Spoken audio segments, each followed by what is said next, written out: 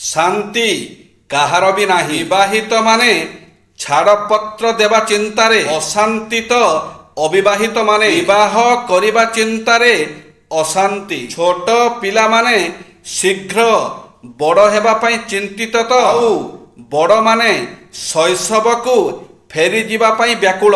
ଚାକିରିଜୀବୀମାନେ କର୍ମ ଚାପରେ ଚିନ୍ତିତ ତ ମାନେ ଚାକିରି ପାଇଁ ଚିନ୍ତିତ। ଗରିବମାନେ ଧନୀ ହେବା ଚିନ୍ତାରେ ମଗ୍ନ। ଧନୀମାନେ ଶାନ୍ତି ପାଇଁ କ୍ଳାନ୍ତ।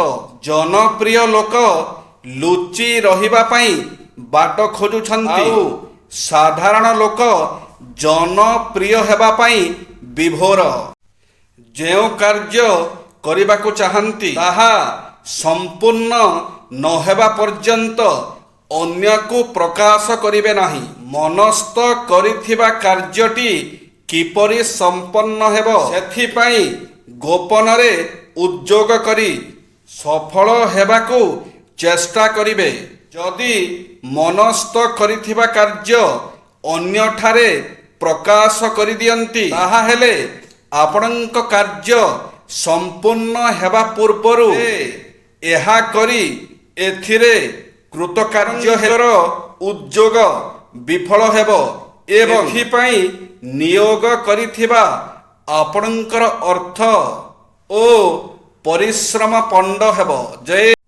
ଯେପରି ଫୁଲରେ ବାସ, ତୈଳ ବୀଜରେ ତେଲ, କାଠରେ ନିଆଁ, ଦୁଗ୍ଧରେ ଘୃତ, ଆଖୁରେ ଗୁଡ଼ ଦେଖି ହୁଏ, ସେହିପରି ଦେହରେ ଅବସ୍ଥିତ ଆତ୍ମା ଦେଖି ହୁଏ ନାହିଁ ସତ, କିନ୍ତୁ ଆତ୍ମଜ୍ଞାନ ତଥା ବିବେକ ଦ୍ୱାରା ଆତ୍ମାର ସତ୍ତା ଅନୁଭବ କରି ହୁଏ। ଅନ୍ୟର ଉପକାର କରୁନଥିବା ଲୋକଙ୍କର ବଚନରେ ନିଷ୍କପଟତା ଓ ମଧୁରତା, ମନର ସ୍ୱଚ୍ଛତା ତଥା ଇନ୍ଦ୍ରିୟ ସଂଯମର କୌଣସି ମହତ୍ତ୍ୱ ନାହିଁ।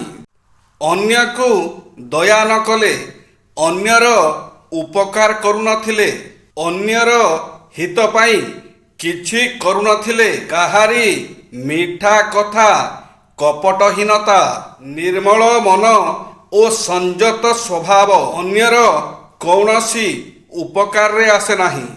କୁକୁରର ଲାଞ୍ଜ ଗୋଟିଏ ଅଙ୍ଗ ହୋଇଥିଲେ ହେଁ ଏହାଦ୍ୱାରା ସେ ଯେପରି କୌଣସି କାମ କରିପାରେ ନାହିଁ, ସେହିପରି ସମାଜରେ ଅଯୋଗ୍ୟ, ନିଷ୍କର୍ମା, ମୂର୍ଖ ନିଜର ତଥା ପରିବାରର ଭରଣ ପୋଷଣ କରିପାରେ ନାହିଁ ଏବଂ ଏମାନଙ୍କୁ ରକ୍ଷା କରିପାରେ ନାହିଁ।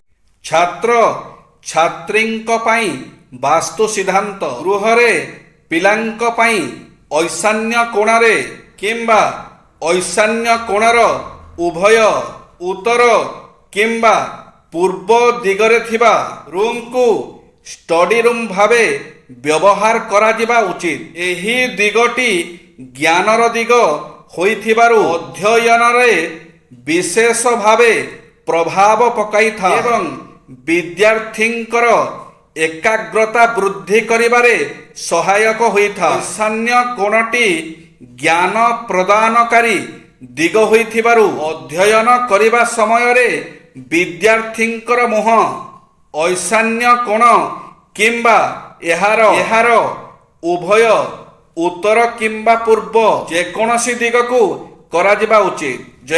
ଦୁର୍ଜନ ଓ ସର୍ପ ଉଭୟ ଭୟଙ୍କର, କିନ୍ତୁ ସାପ ଠାରୁ ଭୟଙ୍କର ହେଉଛି ଦୁର୍ଜନ। ସର୍ପ ଥରଟିଏ ଦଂଶନ କଲେ ମୃତ୍ୟୁ ହୁଏ, କିନ୍ତୁ ଦୁର୍ଜନ ପଦେ ପଦେ ବାରମ୍ବାର କଷ୍ଟ ଦେଉଥିବାରୁ ମୃତ୍ୟୁ ଯନ୍ତ୍ରଣା ସମ ଭୋଗ କରିବାକୁ ହୁଏ। ନିଜକୁ ପବିତ୍ର କରନ୍ତୁ। ହୋଇପାରେ